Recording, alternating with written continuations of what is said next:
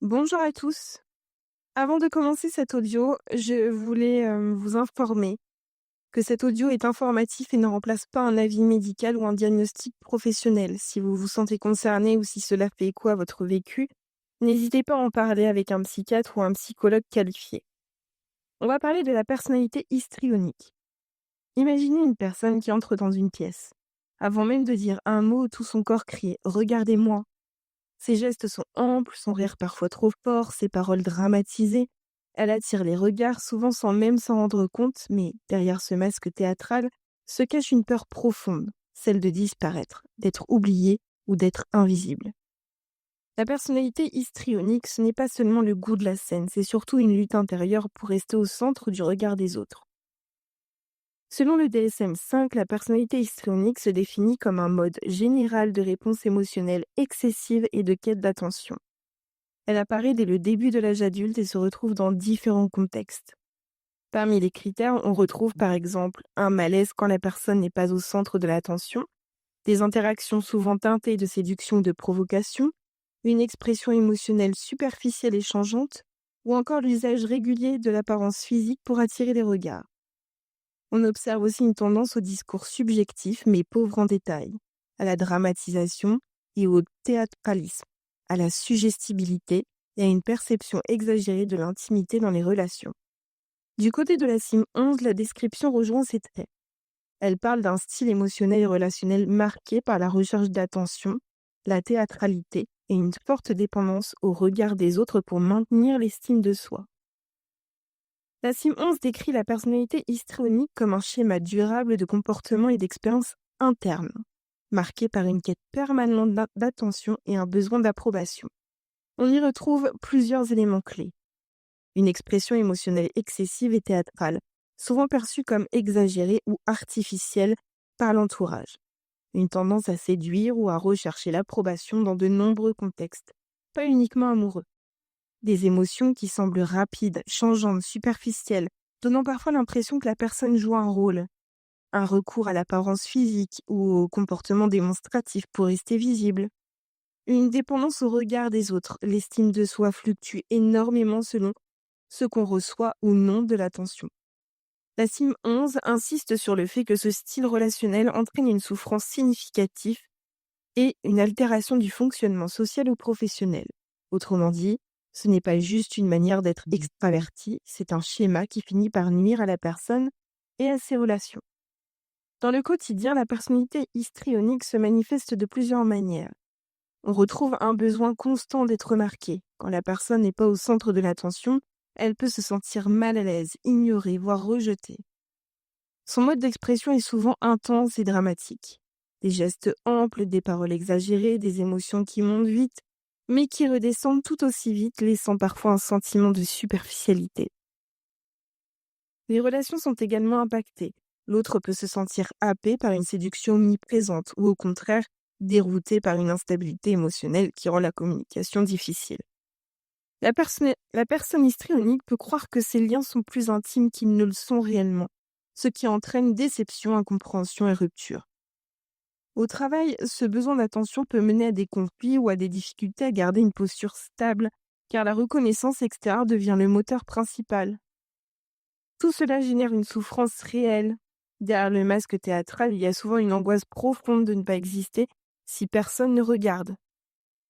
La personnalité histrionique est souvent mal comprise, y compris par la personne elle-même. Beaucoup se disent simplement extravertis, passionnés, théâtrales, sans voir que cette intensité permanente est aussi une armure contre l'angoisse.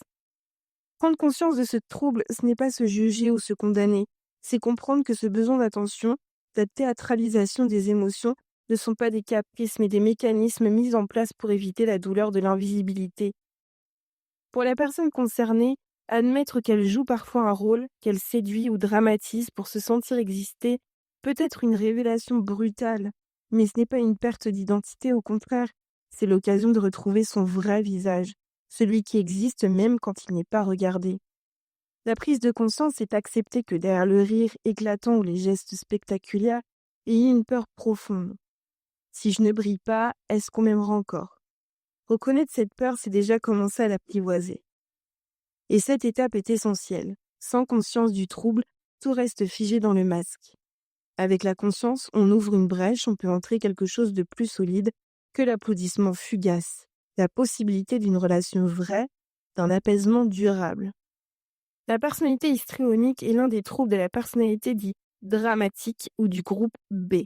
Sa prévalence est estimée entre 1 et 3% de la population générale selon les études. Elle touche autant les hommes que les femmes, même si elle est parfois diagnostiquée plus souvent chez les femmes, sans doute à cause de biais culturels et sociaux. Le trouble débute en général au début de l'âge adulte et reste assez stable dans le temps si aucune prise en charge n'est proposée.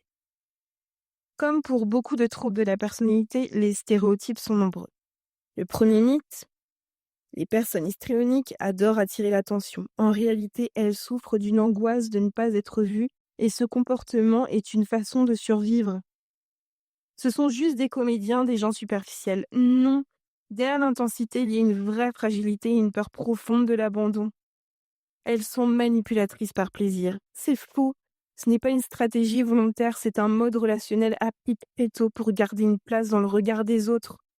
En vérité, la personnalité histrionique n'est pas une excentricité ou un jeu théâtral.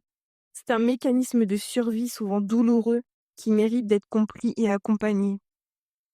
La personnalité histrionique peut évoluer positivement grâce à un accompagnement adapté. La psychothérapie reste la prise en charge de référence. Les TCC aident à identifier les pensées automatiques liées aux besoins d'attention et à apprendre des manières plus équilibrées de communiquer. La thérapie analytique peut aussi aider à explorer les blessures d'enfance, à l'origine de cette peur de l'invisibilité. Le travail porte souvent sur renforcer une estime de soi stable qui ne dépend pas uniquement du regard des autres, apprendre à réguler les émotions et à exprimer ses besoins de façon plus authentique, développer des relations plus saines, moins marquées par la séduction ou la dramatisation.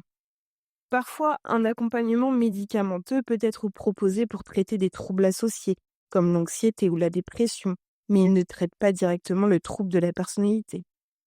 Ce qu'il faut retenir, c'est qu'il est possible d'apprendre à exister autrement que dans le spectacle permanent et de construire des liens fondés sur la sincérité plutôt que sur la peur d'être oublié. J'ai en mémoire le cas d'une jeune femme qui me disait « Je ne sais pas comment être si je ne séduis pas. J'ai l'impression qu'on ne me voit pas autrement. » Dans chaque relation, elle cherchait à charmer, à captiver, à dramatiser ses émotions. Mais derrière ce jeu de rôle, elle me confiait une peur immense. Si je ne brille pas, personne ne restera. Ce témoignage illustre bien la souffrance cachée derrière la personnalité histrionique. Aux yeux des autres, la personne peut sembler pleine de vie, exubérante, mais intérieurement, elle se sent souvent vide, dépendante du regard extérieur pour exister. J'imagine la personnalité histrionique comme une louve qui hurle à la lune. Son cri est puissant, dramatique.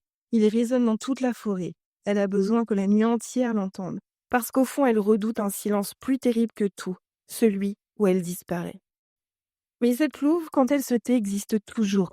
Son souffle, son pas, sa présence dans l'ombre suffisent déjà à marquer la terre. Elle n'a pas besoin d'un cri permanent pour être réelle. Ce qu'elle cherche à travers le bruit, c'est une reconnaissance qu'elle pourrait aussi trouver dans le calme. Et parfois, apprendre à écouter son propre silence est le plus grand acte de courage. Si vous vous êtes reconnu dans certains traits décrits aujourd'hui, ou si vous pensez que quelqu'un de votre entourage, sachez une chose, vous n'êtes pas seul. La personnalité histrionique peut donner l'impression de vivre une scène en permanence, mais derrière le rideau, il y a une personne qui mérite d'être vue et aimée pour ce qu'elle est vraiment, pas seulement pour ce qu'elle montre. Chercher de l'aide n'est pas un signe de faiblesse, c'est au contraire un acte de courage. La thérapie peut être un chemin pour se libérer de ce masque et trouver une façon d'exister plus apaisée et plus authentique. Bloom vous rappelle que la lumière existe aussi dans le silence. Vous n'avez pas besoin de hurler pour avoir le droit d'être. Cet audio avait pour but d'informer et de sensibiliser. Il ne remplace pas l'avis d'un psychiatre ou d'un psychologue. Si vous êtes concerné, n'hésitez pas à en parler à un professionnel qualifié.